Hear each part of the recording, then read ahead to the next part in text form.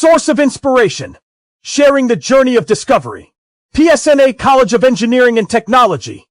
கன்னியாகுமரியில் கடல் நீர்மட்டம் தாழ்வு மற்றும் பலத்த காற்று காரணமாக படகு சேவை தற்காலிகமாக நிறுத்தப்பட்டிருக்கிறது. மேலும் விவரங்களை எமது செய்தியாளர் பிரசாத்திடம் கேட்கலாம். பிரசாத், முழு விவரங்கள் என்ன பதிவு பண்ணுங்க.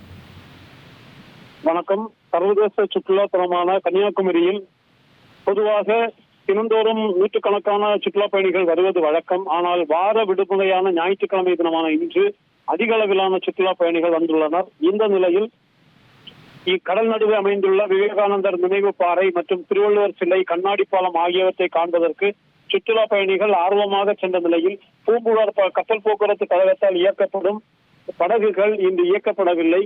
கரையிலிருந்து அந்த விவேகானந்தர் நினைவு பாறைக்கு செல்கின்ற படகுக்காக நீண்ட நேரம் அதிகமான பயணிகள் காலையிலேயே காத்திருந்த நிலையில் திடீரென அந்த படகு போக்குவரத்து இல்லை என அறிவிக்கப்பட்டது.